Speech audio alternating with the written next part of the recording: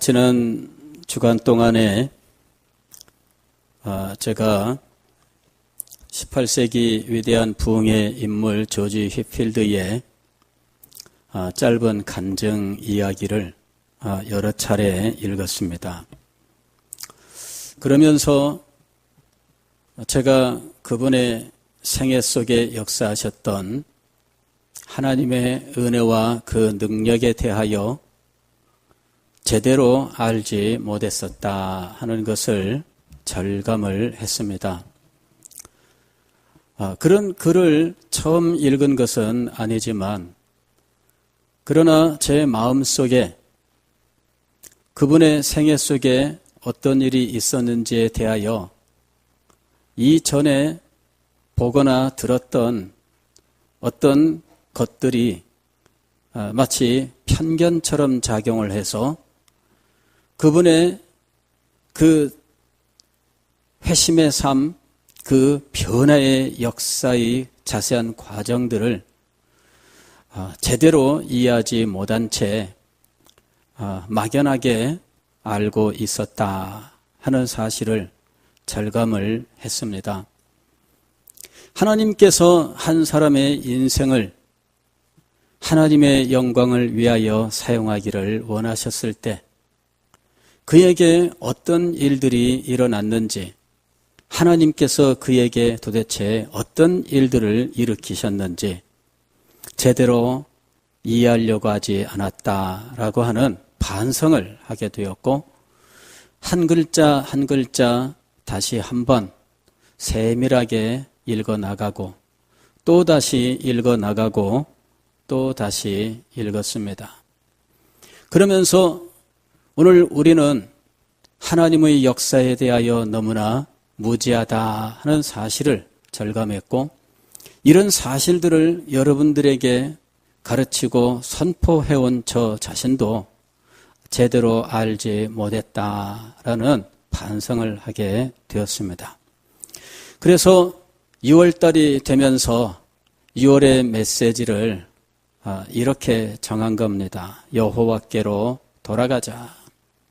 하나님의 역사에 대해서 우리가 바로 알고 하나님께서 우리에게 은혜를 베푸사 어떻게 우리의 인생을 이끌어 가시며 우리에게 얼마나 크고 놀라운 것들을 주시는지 우리가 자세히 알고 하나님의 은혜의 역사를 오늘 이 순간에 경험하고 주님께 붙들려 살아가야 되겠다 하는 소망을 갖게 된 것입니다. 오늘 여러분과 함께 읽은 말씀은 호세아 선지자가 자신의 영적 상황에 대하여 무지한 채 자신의 영혼의 상태를 방관하면서 방치하면서 살아갔던 이스라엘 백성들, 비록 그 삶에 물질적으로는 풍요가 있었고 국가적으로는 부강한 나라가 되었지만 그러나 실속이 없는 삶을 살다가 그들은 바로 얼마 후에 찾아오는 이 나라의 멸망을 맞이하게 되는 현실 앞에서 지금 호세아 선지자는 이스라엘 백성들에게 회개할 것을 간절하게 권면하고 회개한 자에게 베푸시는 하나님의 축복을 선포하고 있는 것입니다. 지금이 곧 여호와를 찾을 때니, 지금이 곧 여호와를 찾을 때니. 농사짓는 사람들은 언제 씨를 뿌려야 하는지 그 때를 앞두고 언제 밭을 갈아야 하는지 잘 알고 있습니다. 그들은 적절한 때에 밭을 갈고 그리고 그 적절한 때에 씨를 뿌리면서 농사를 짓습니다. 그리고 하늘에서 적절한 때에 비가 내리고 이윽고 결실을 하고 추수를 하게 되는 것이죠. 오늘의 말씀은 바로 이 농사 짓는 것을 비유로 해서 하나님의 때, 하나님의 역사를 기대하면서 오늘 우리들이 해야 될 일들을 바르게 해야 한다 하는 사실을 선포하고 있는 것입니다. 이 모든 일들을 시작함에 있어서 때를 분별하는 것은 정말 중요한 것입니다. 햇볕이 점점 길어지고 기온이 올라가고 그리고 땅이 녹고 땅의 온도가 조금씩 올라가면서 농부는 때가 되었다는 사실을 알게 됩니다. 이제 며칠 있으면은 밭을 갈아야 되고 그리고 며칠 있으면은 씨를 뿌려야 하는지 농부는 기대하고 있는 것입니다. 오늘 우리는 이 농부와 같은 사람들이 되어야 합니다. 하나님의 은혜를 구하는 사람들은 하나님의 은혜가 임하는 때를 분별할 줄 알아야 됩니다. 하나님의 역사가 임하는 것을 느낄 수 있어야 됩니다. 그리고 그 때를 대비하여 밭을 갈고 씨를 뿌릴 준비를 해야 하는 것입니다. 조지 휘필드가 옥스퍼드 대학에 들어갔을 때 그는 학교에 입학하기 1년 전부터 성경을 읽으면서 믿음의 준비를 하였습니다. 그리고 옥스퍼드에 들어가기 전에 그곳에서 유명한 사람들에 대하여 이미 알고 있었습니다. 메소디스트라고 불리우는 경건한 삶을 실천하는 몇 명의 인물들에 대해서 이미 알고 있었고 그는 학교에 들어가면 기회가 닿으면 그 사람들과 교제하기를 원했습니다. 그러나 그 사람들과 교제할 수 있는 아무런 길은 없었어요. 누가 아는 사람이 있어서 소개를 시켜주면 모르지만 그렇지 않으면 가난한 집안에서 근로 장학생으로 학교에 들어온 조지 필드는 그 사람들을 스스로 찾아가서 만나서 교제를 청할 수 있는 입장은 아니었습니다. 만나면 커피 한 잔이라도 자기가 사야 될 거 아닙니까? 만나자고 얘기한 사람이 밥 한 끼라도 사야 되는 거 아니겠습니까? 그런데 조지 필드는 그럴 수 있는 생활의 여유가 없는 사람이에요. 그리고 자기 자신이 너무나 지금 비난하는 가운데 있는데 먼저 만나자고 요청해서 뭐라고 할 수 있는 입장도 아니었습니다. 그는 정말 힘들고 어려운 상황이었어요. 마음의 소원은 있지만 그러나 그것을 이룰 수 있는 길은 없었습니다.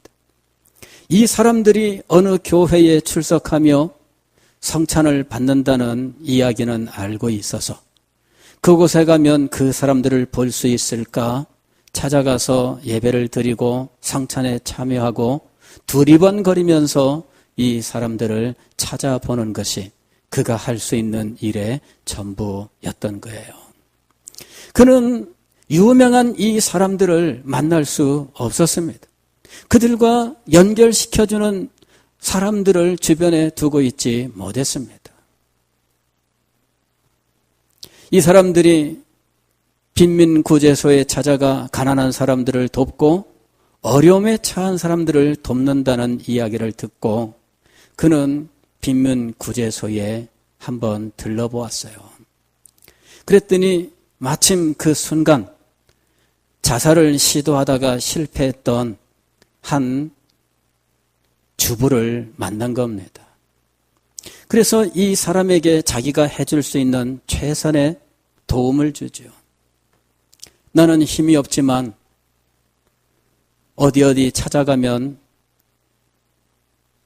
찰스 웨슬리라고 하는 사람이 있는데 그 사람을 한번 찾아갔어요. 그러면은 그 사람이 아마도 도움을 줄 수 있을 겁니다. 그러나 내가 보냈다고 말은 하지 마세요. 그런데 뜻밖에도 찰스 웨슬레가 이 조지 휘필드를 찾아왔어요. 알고 보니까 이 여인이 가서 찰스 웨슬레를 만났고 조지 필드라고 하는 사람이 당신에게 보냈습니다라고 말을 해준 거예요. 그래서 찰스 웨슬레가 반가워서 조지 휘필드를 찾아왔어요. 내일 아침에 우리 식사하면서 대화를 좀 합시다. 마음에는 원했지만 그러나 만날 수 있는 길이 없던 사람에게 마침내 길이 열렸어요. 다음날 아침 만나서 식사를 같이 하고 대화를 나누었습니다. 자기가 가지고 있는 영적인 갈망, 자기가 영적으로 더욱더 성장하고 싶고 하나님 앞에 더욱더 가까이 가고 싶고 주님의 일을 더욱더 감당하고 싶은데 자기는 이 일을 위해서 훈련도 받고 교육도 받고 싶고 누군가 지도를 해주면 좋겠는데 지도할 사람이 없노라. 찰스 웨슬레가 그 이야기를 듣고 마음이 열렸습니다. 그래서 찰스 웨슬레가 이 후배가 되는 조지 휘필드에 대해서 마음을 열고 그러면은 내가 조금이나마 도움이 될 수 있을 것이다. 책도 빌려줘요. 가난해서 책을 살 수 없습니다. 그런데 자기가 이름만 듣던 그 책들을 찰스 웨슬레가 빌려주고 선물도 하고 그러는 거예요. 그가 선물했던 책 중에 하나가 헨리 스쿠걸이라고 하는 분이 쓴 인간의 영혼 속에 있는 하나님의 생명이라고 하는 책이었어요. 그 책을 읽으면서 그리스도인의 신앙이란 교회에 출석하거나 구제하거나 이러는 것에 달려있는 것이 아니다 하는 말을 읽게 되었어요. 이것이 신앙이 아니면 도대체 무엇이 신앙인가? 교회에 가는 것이 신앙이 아니면 그 무엇입니까? 가난한 사람들을 구제하는 것이 신앙이 아니면 그게 무엇입니까? 도대체 신앙이 무엇입니까? 기독교 집안에서 태어나서 정상적으로 성장을 하고 정상적으로 교회 생활을 한 것이 믿음이 아니면 도대체 무엇이 신앙이란 말입니까? 그는 너무나 놀랄 수밖에 없었어요. 이내 헨리 스쿠걸이 기독교인이란 그 속에 하나님의 생명이 찾아온 사람이다라고 하는 말을 읽게 돼요. 그 말로부터 시작하여 조지 휘필드는 드디어 자기 인생이 변화되는 이 변화의 삶을, 이 여정을 출발하게 된 거예요. 여러분, 때가 있습니다. 하나님이 정하신 때가 있습니다. 그 때를 분별할 줄 아는 것, 그 눈이 열리는 것, 이것이 얼마나 중요한지 몰라요. 때를 모르면 제대로 얻을 수 없습니다. 때를 모르면 제대로 성취할 수 없습니다. 제가 우리 화단을 관리하면서 꽃을 사다가 심다 보니까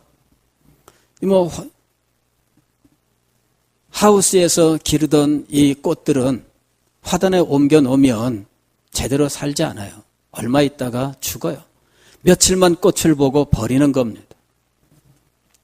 이 화단에 좀 씨를 뿌려서 꽃을 좀 예쁘게 피우면 참 좋겠다. 그래서 사다가 심는 기계적인 이러한 모양이 아니라 자연스럽게 자라난 이 정원 같은 화단이 되면은 얼마나 좋을까 생각을 했어요. 씨를 구하고 여기저기 다니다가 훌륭한 꽃이 있으면 그 씨를 받고 했습니다. 그래서 나름대로 씨를 심어봤는데 이게요, 싹이 나오다가 비실비실하고 죽어버리고 싹이 자라긴 자라는데 꾸불꾸불 이렇게 하고선 그냥 자라다가 그냥 넘어지고 말고요. 그냥 자라기는 자라는데 대가 너무 가느다래서 이게 서질 못하고 그냥 쓰러져서 땅바닥에서 기다가 죽어버리고 그러는 거예요. 야, 꽃을 예쁘게 키우는 사람들은 도대체 어떻게 키우는 걸까? 제가 그 비결이 뭔지 참 궁금했어요. 그랬더니 대부분 크게 두 가지예요. 크게 두 가지. 하나는 흙을 아주 비옥하게 잘 만드는 거예요.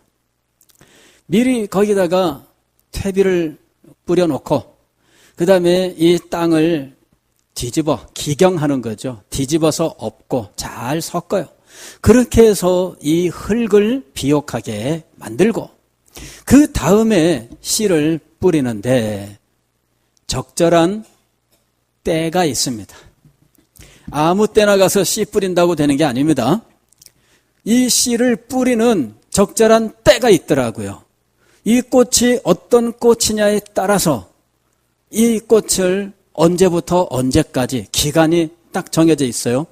그 기간보다 이르거나 그 기간보다 늦으면 이 씨는 제대로 성장하지 못하는 거였어요. 알고 보니까 두 가지를 제가 제대로 못한 거예요. 하나는 밭을 제대로 준비하지 못했어요. 그냥 있는 대로 그저 흙을 틱틱틱틱 해치고 씨만 갖다가 넣으면 되는 줄 알았죠. 근데 이 흙을 제대로 준비해야 돼요. 두 번째로는 씨를 뿌리는 요 때를 잘 잡아야 돼요. 4월 말 그러면은 4월 말 그 한 열흘 사이에 뿌려야 돼요. 요 열흘 사이 요 기간을 놓치면 그 다음에는 제대로 자라지 않는 거였어요. 그 5월 중순 그러면 5월 중순에 뿌려야 돼. 그거 놓치면은 6월 초 안 될까? 뭐 한 2주 3주 차이인데 근데 아닙니다, 여러분. 2주 3주 차이에 이 꽃이 되기도 하고 안 되기도 하는 거였어요. 알고 보니까 때를 못 맞춘 거예요. 때를 못 맞춘 거예요.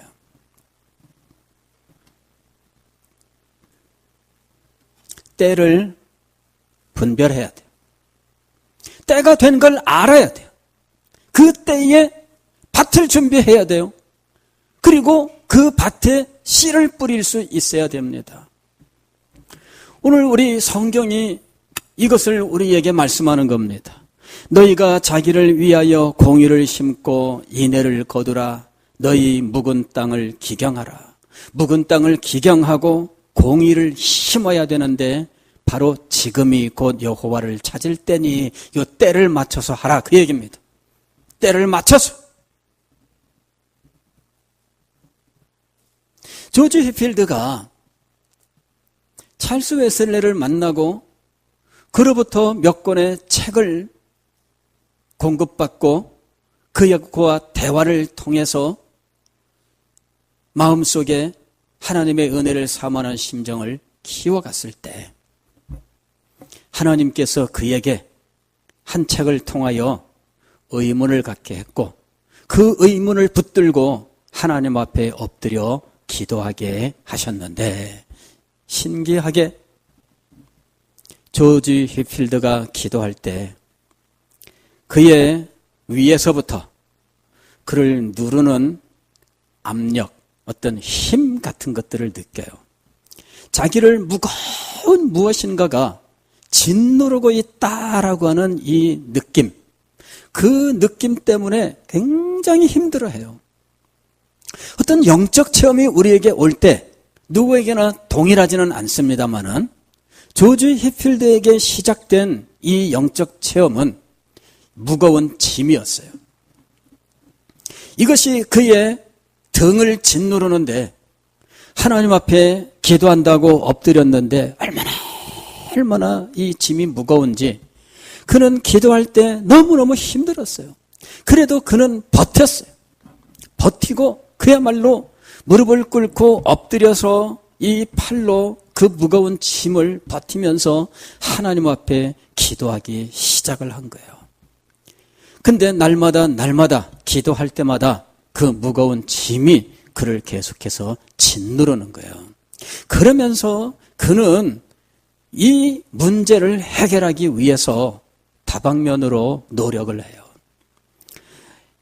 추천하는 경건서적을 읽고 그리고 묵상을 하고 거기에서 권면하는 것을 실천도 해보고 이러는 삶을 살기 시작을 해요. 이런 삶이 몇 개월 동안 지속이 되는 거예요. 그러다가 너무너무 힘들어요. 너무너무 힘들어서 자기와 교제하던 사람들과 교제를 중단합니다. 심지어는 자기를 정말 아끼고 사랑하는 찰스 웨슬레와의 약속도 지키지 않아요. 자기가 열심히 하던 이 금식과 그리고 구제하는 일도 중단을 해요. 너무 힘든 거예요. 그때 찰스 웨슬레가 약속이 안 나온 휘필드를 만나러 와요. 얘기를 들어보니까 지금 휘필드가 하나님의 은혜를 받아야 되는 그 결정적인 순간에 힘들다고 지금 다 포기하는 이 자포자기의 상태에 간 거예요. 여러분, 하나님의 은혜를 받는 사람들이 자포자기의 상태에 빠지는 일들이 있어요.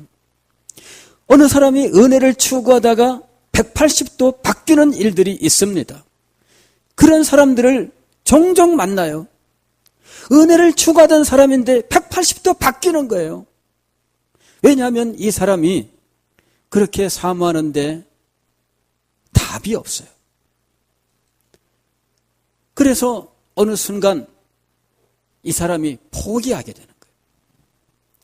존 버년이라고 하는 사람, 철로 역정을 쓴 저자로 잘 알려져 있잖아요. 이분도 그런 경험을 해요. 어느 날은요, 너무너무 힘든데 자기의 죄의 문제를 붙들고 해결이 안 돼요. 예수 그리스도의 십자가 그 보혈 공로 다 알아요. 알지만 해결 안 돼요. 왜? 죄는 자기 현실이에요. 예수님의 십자가 사건이 있었고 예수님을 믿는 자는 죄사함을 얻고 자유를 얻는다는 거 성경을 읽으면 참 그리스도 안에 있는 자는 새로운 피조물이라 다 알아요. 알지만 자기 속에 역사하진 않아요. 왜? 자기는 죄 때문에 지금 시험에 빠지고 죄를 짓고 자기는 정말 자기를 볼 때에 추하고 더러운 이런 상황, 현재 진행형이거든요. 용서받았다고 하는데 현재 진행형이에요. 한 번은 창밖을 내다보다 오리떼를 보면서 한마디 합니다. 오리들아, 니네는 죄 때문에 고통을 당하지 않아도 되니 얼마나 행복하냐. 오리야, 니네들은 참 행복하구나. 글쎄, 오리가 진짜 행복했는지는 모르겠어요. 다만 보니까 죄 때문에 고민하는 것 같지는 않아. 자기만큼.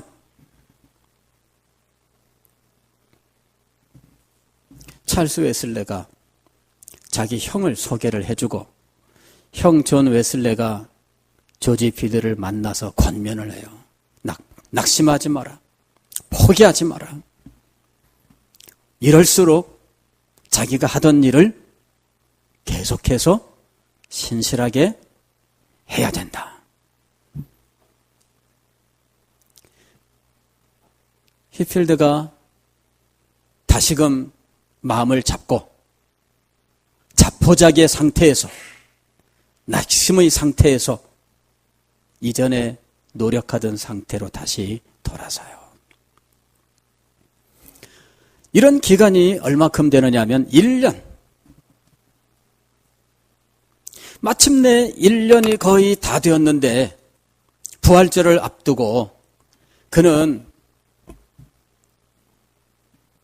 더 하나님의 은혜를 구하여 이제 자기 자신을 이제 치는 이 자기 부인의 삶에 전심을 하는 기간을 가져요. 마시는 거 다 포기하고 자기가 음식 같은 거 어디 가서 먹을 기회 있으면 제일 영양가 없고 맛없는 것만 골라 먹고 그리고 자기가 먹을 거 사 먹어야 되는 거 이 음식 이 식료 음식 값 그거는 모아가지고 가난한 사람한테 오히려 그냥 주고 이 먹는 것부터 자기가 줄여나가요. 먹는 것이 내 죄의 근본이다. 그것부터 줄여나가는 거예요. 그리고 그 음식하면서 기도에 전념하다가 몇 주 만에 건강을 심각하게 잃게 돼요. 친구들이 와서 보고 깜짝 놀랍니다. 이 사람이 다 죽어가게 되었구나.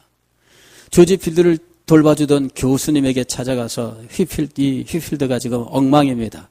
이 교수님이 달려와서 보니까 사람이 죽겠거든요. 이 사람을 요양해야 할 수 있도록 막 해서 겨우 살려놓습니다. 부활주일 지나고 6주, 7주 무렵에 문득 히필드가 건강을 회복해가는 중에 이 목이 굉장히 타는 이 목마름이 있었던 거예요. 그 순간에 문득 히필드가 그런 생각을 해요. 아, 이 목마름의 순간이 예수님도 시험이 끝나는 때였는데 나도 이제 이 시험이 끝나는가 하는 생각을 하는 거죠. 그래서 하나님 앞에 주여 제가 목이 마릅니다. 내가 목이 마릅니다 하며 외치기 시작을 한 거예요. 주여 제가 목이 마릅니다. 제가 목이 마릅니다. 제가 목이 말라요. 제가 목이 말라요. 이러면서 하나님 앞에 막 목이 마르다는 기도를 드리기 시작을 하는 거예요. 무엇을 붙들고 결사적으로 기도하느냐는 사람마다 달라요. 과거에 김진홍 목사님은 감옥에 들어갔을 때 너무너무 추워서 성경을 읽으면서 불이라고 하는 글자만 찾았대요. 성경 메시지를 이해하려고 하는 것이 아니라 성경을 읽는데 불이라는 글자만 찾은 거야. 여기도 불, 저기도 불. 읽다 보니까 성경에 불이라고 하는 글자가 예상외로 많아. 그래가지고 읽어 나가면서 무슨 말씀이 들어옵니까? 너무너무 추운데 정말 불을 구하는 거야, 불을. 그래서 읽으면서 불을 찾고 여기도 불, 여기도 불, 주여 불입니다, 불입니다, 불입니다, 불입니다, 불입니다. 불을 찾다가 불을 받았다는 거죠.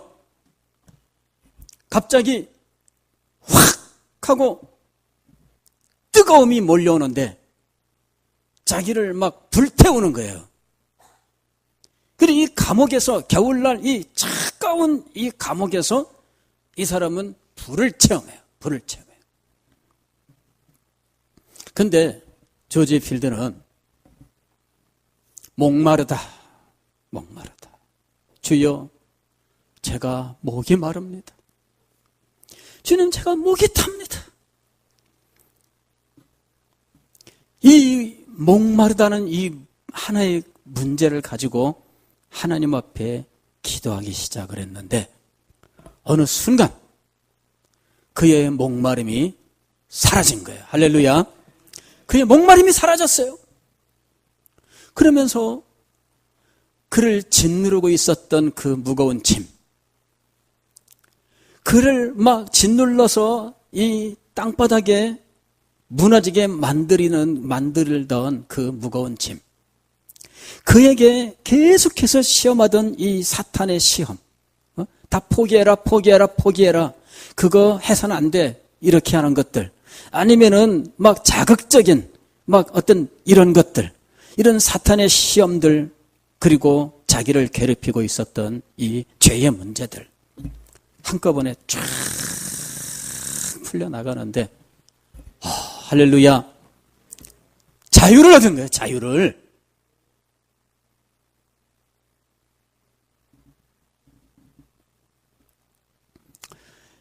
인간의 힘으로 안 돼요. 여러분, 제가 말씀을 선포하면서 용서합시다. 인간의 힘으로 안 돼요, 여러분. 안 됩니다. 우리가 마음이 없는 게 아니에요. 마음이 있어요. 다 있습니다. 마음이 있는데 안 돼요. 그렇죠? 마음에는 원이로되. 우리들이 말씀을 들을 때마다 여러분 다 원하고 있잖아요. 저는 여러분 압니다. 여러분이 하나님의 말씀을 들으면서 그렇게 하고 싶어하는 마음 알아요. 여러분 정말 헌신하고 싶어하고 사랑하고 싶고 더 주님 앞에 바치면서 살고 싶어하는 거 여러분의 마음을 압니다. 문제는 안 되는 거잖아요. 안 되는 거.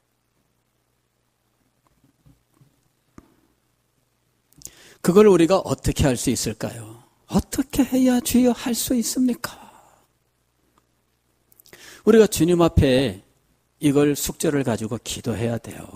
주님, 마음에는 제가 정말 원하고 있는데 안 됩니다.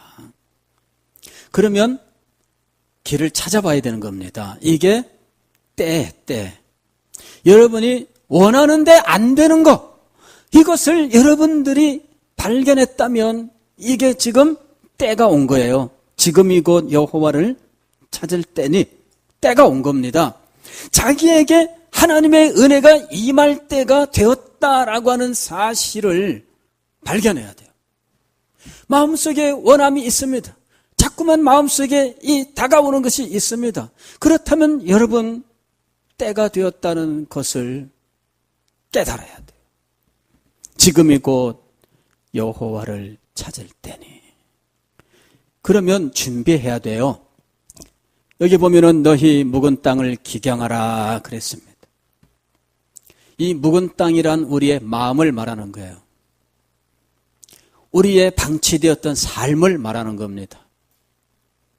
이 우리의 마음, 하나님의 거룩함과 그 은혜를 향하여 매진하고 노력해 왔었던 그 삶이 아닌 세상을 추구하고 세상의 가치를 따라가고 아니면은 무관심으로 그냥 살아갔었던 나의 모든 모습들, 이게 바로 묵은 땅입니다. 이것을 갈아엎어라. 갈아엎어라. 이걸 갈아엎어야 비로소 시작될 수 있는 거예요. 그냥 놓아둔 땅에 아무것도 안 난 거 아닙니다. 묵은 땅에 곡식보다 더 푸르르고 싱싱한 잡초들이 얼마나 풍성하게 나인지 몰라요. 묵은 땅이라고 해서 여러분 아무것도 없는 게 아닙니다. 그 땅도 멀리서 보면 얼마나 푸르르고 그 땅도 멀리서 보면 얼마나 풍성하게 보이는지. 그러나 가보면 잡초뿐인 거예요. 그게 바로 빛 좋은 게살구라고 하는 거예요. 멀리서 보면은 멋져요. 그런데 막상 따서 맛을 보면 쓰고 시고 맵고 막 못 먹겠어요. 네? 여러분 길가 가다가 야 이거 맛있겠다 그리고 뭐 이렇게 따 먹어보신 적 있죠? 요새 뭐 젊은 사람들이야 경험이 없겠지만 짜고 맵고 쓰고 뭐 아주 떫고 그죠? 예. 퇴퇴퇴 막 뱉어요. 이게 빛 좋은 게살구예요. 보기는 좋은데 그러나 막상 실속은 없을 때 우리는 헛똑똑이라는 말을 씁니다. 그죠? 예. 서로 어울리는 말은 아니에요. 빛 좋은 게살구 이것도 서로 어울리는 말은 아니에요. 그 다음에 헛똑똑이 이것도 어울리는 말은 아니에요. 똑똑해. 아이고 말하는 거 보니까 야 똑똑하다 야. 근데 그 똑똑하게 자기가 한다고 하는데 나중에 결과를 보면은 맨날 손해만 봐. 그래서 이 사람한테 저거는 헛똑똑이야 그래요.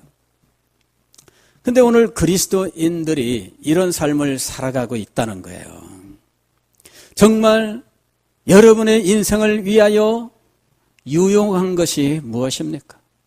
여러분의 영원한 운명에 정말 도움이 되는 것이 무엇입니까? 아니, 지상의 삶에 진정으로 여러분의 영혼을 풍성하게 하면서 여러분의 삶을 안전하게 하고 참된 기쁨으로 채우는 것이 무엇일까요? 그거를 제대로 알아야 돼요. 그거를 알지 못한 채 우리는 똑똑하게 살아가고 있어요. 예? 이렇게 하면은 뭐 이 세상 사람들이 볼 때에는 잘 살아가는 것처럼 보일 거예요. 똑같이 살아가니까. 그러나 헛똑똑입니다. 육체를 위하여 심는 자는 육체로부터 무엇을 거두고? 썩을 것을 거두고. 여러분, 이것이 헛똑똑입니다. 호세아 선지자가 지금 권면하고 있는 이스라엘 백성들이 바로 헛똑똑입니다.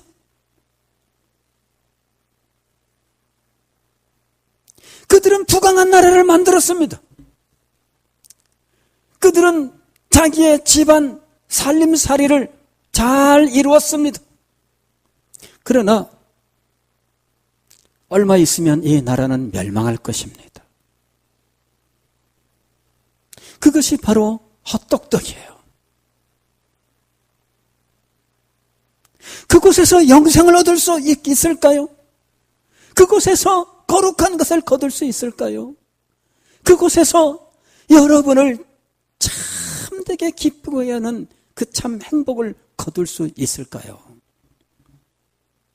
그럴 줄 알고 신앙의 일들도 잠시 밀어놓고, 그럴 줄 알고 하나님의 말씀도 잠시 밀어놓았습니다. 그러나 여러분, 정말 그렇게 될까요? 지금이 곧 여호와를 찾을 때니, 이 때에 해야 될 첫 번째 일은 묵은 땅을 기경하는 거예요. 자기의 삶이 묵은 땅과 같았다라고 하는 것을 먼저 인식해야 됩니다. 무성한 이 풀들이 자라나고 무성하고 멀리서 보면은 정말 풍성하게 보입니다. 멀리서 보면은 너무너무 아름답게 보입니다. 그러나 막상 가보면 거기에서 여러분이 거둘 수 있는 건 아무것도 없어요.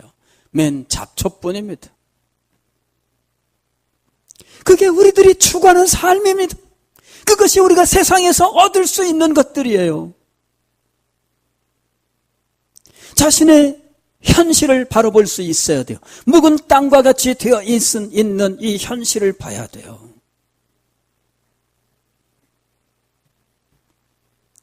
그곳에 제대로 된 걸 심어야 될 거 아니겠습니까? 잡초를 심고 엉겅퀴를 심고, 여러분 그렇게 심어서 여러분 무엇을 거두겠습니까?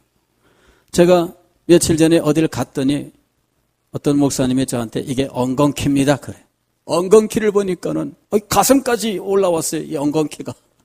엉겅퀴가 커요. 나는 엉겅퀴 그렇게 큰 줄 몰랐어요.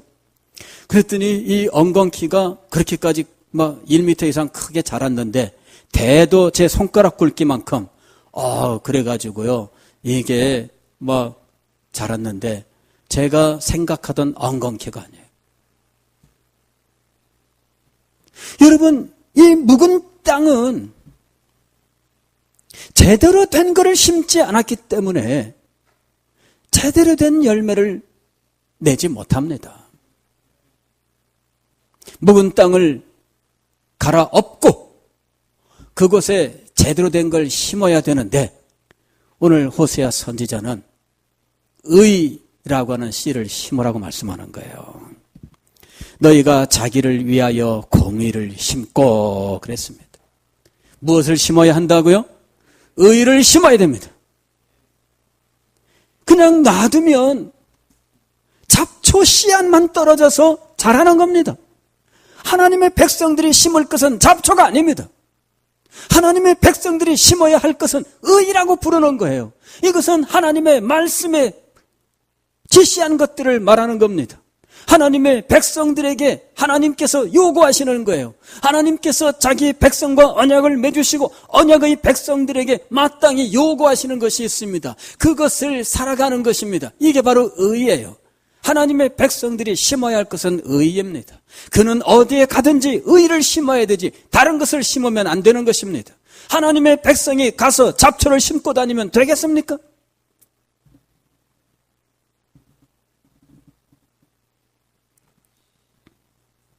하나님의 백성은 의를 심어야 돼요. 어디에 있든지 무엇을 하든지 의를 심는 사람이 되어야 됩니다. 의를 심어야 무엇을 거두십니까? 인애를 거두는 거예요. 너희가 자기를 위하여 공의를 심고 인애를 거두라. 인애는 헤세드, 하나님의 언약의 사랑입니다.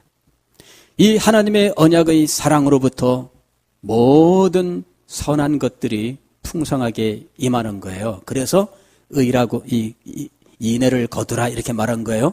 구원을 거두라, 축복을 거두라 이렇게 말하지 않아도 인애를 거두라 그러면은 다 거두는 거예요. 왜? 거기서 다 흘러나오기 때문에. 사랑하는 성도 여러분, 이것이 진정으로 자기를 위하는 거예요. 오늘 말씀을 보면은 너희가 자기를 위하여 무엇을 심고 공의를 심고 그랬습니다. 이것이 진정으로 자기를 위하는 겁니다. 우리는 자기를 사랑해요. 자기의 삶을 사랑합니다. 자기의 삶이 풍성해지기를 원하고 자기의 삶이 축복되기를 원합니다. 내 삶에는 행복이 넘치기를 원하고 기쁨이 넘치기를 원합니다. 나에게는 성공이 있기를 원합니다. 그런데 진정으로 자기를 위하는 것이 무엇이냐 이겁니다. 하나님의 인애를 거두는 삶이에요. 이게 진정으로 자기를 위하는 삶이에요. 그런데 이걸 알지 못합니다. 자기를 사랑한다고 하면서 오히려 자기를 망하게 하는 길로 가는 것. 이것이 이스라엘 백성들이 갔던 길입니다. 그리고 오늘날 그 길을 따라서 우리들도 많은 사람들이 가고 있어요. 큰 길, 넓은 길, 많은 사람들이 가고 있어요. 그러나 너희는 좁은 길로 가라. 좁은 길로 가라. 자기를 위하여 간다면 무슨 길을 가야 되겠습니까? 여러분의 남편을 위하신다면 무엇을 해야 되겠습니까? 여러분의 아내를 사랑한다면 여러분 무엇을 하셔야 되겠습니까? 여러분의 자녀를 위하신다면 여러분의 자녀에게 무엇을 기대하시겠습니까? 하나님의 백성들은 의를 심어야 돼요. 그러면 오늘 여기 말씀을 보십시오. 지금이 곧 여호와를 찾을 때니 마침내 그랬어요. 마침내. 이거는 고대하던 무엇인가가 임한 것을 의미하는 거잖아요. 마침내 여호와께서 오사 공의를 비처럼 너희에게 내리시리라. 하나님께서 찾아오시는 거예요. 그리고 그 하나님께서 하나님 되심, 자기 백성들을 향하여 마땅히 하셔야 되는 일들, 그 백성의 하나님으로서 자기 백성을 위하여 마땅히 하셔야 되는 일들, 이것이 여기서 말씀하는 공의예요. 이 공의를 비처럼 내려주시리라. 할렐루야. 농사 짓는 사람들, 금년에 우리나라 가뭄 때문에 참 염려들 많이 하고 있습니다. 마침내 무엇이 내려? 공의를 비처럼 내리시리라. 여러분, 바로 이것이 농사 짓는 사람들에게 임하는 축복이에요. 하나님의 은혜를 구하고 자기의 마음밭, 자기의 삶을 새롭게 갈아엎어 그 땅에 의를 심은 하나님의 백성들에게 하나님께서 의의 비를 내려주셔서 진정으로 그의 삶에 필요한 모든 것들을 풍성하게 거두게 하시는데 이것이 인애를 거두라 하는 말씀의 의미예요. 사랑하는 성도 여러분, 우리는 아직 하나님께로부터 정말 거룩하고 영광스러운 것을 받은 적이 없습니다. 제가 조지 필드 짧은 이야기라고 하는 그의 간증을 몇 차례를 읽으면서 생각한 것이, 나는 하나님 앞에 이렇게 크고 놀라운 은혜를 아직 받지 못했다.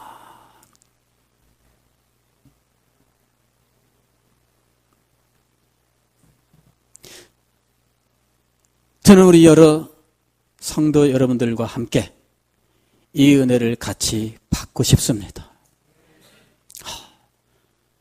이게 제가 소망하고 기도하고 있는 거예요. 주님,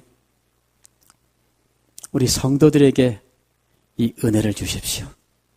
마침내 주님께서 공의를 비처럼 주의 백성들에게 부어 주시옵소서. 여러분, 이 놀라운 은혜가 우리에게 임해야 되지 않겠습니까? 우리 모두가 이 놀라운 은혜를 받아 살아야 되지 않겠습니까? 이 놀라운 축복을 받아야 되지 않겠습니까?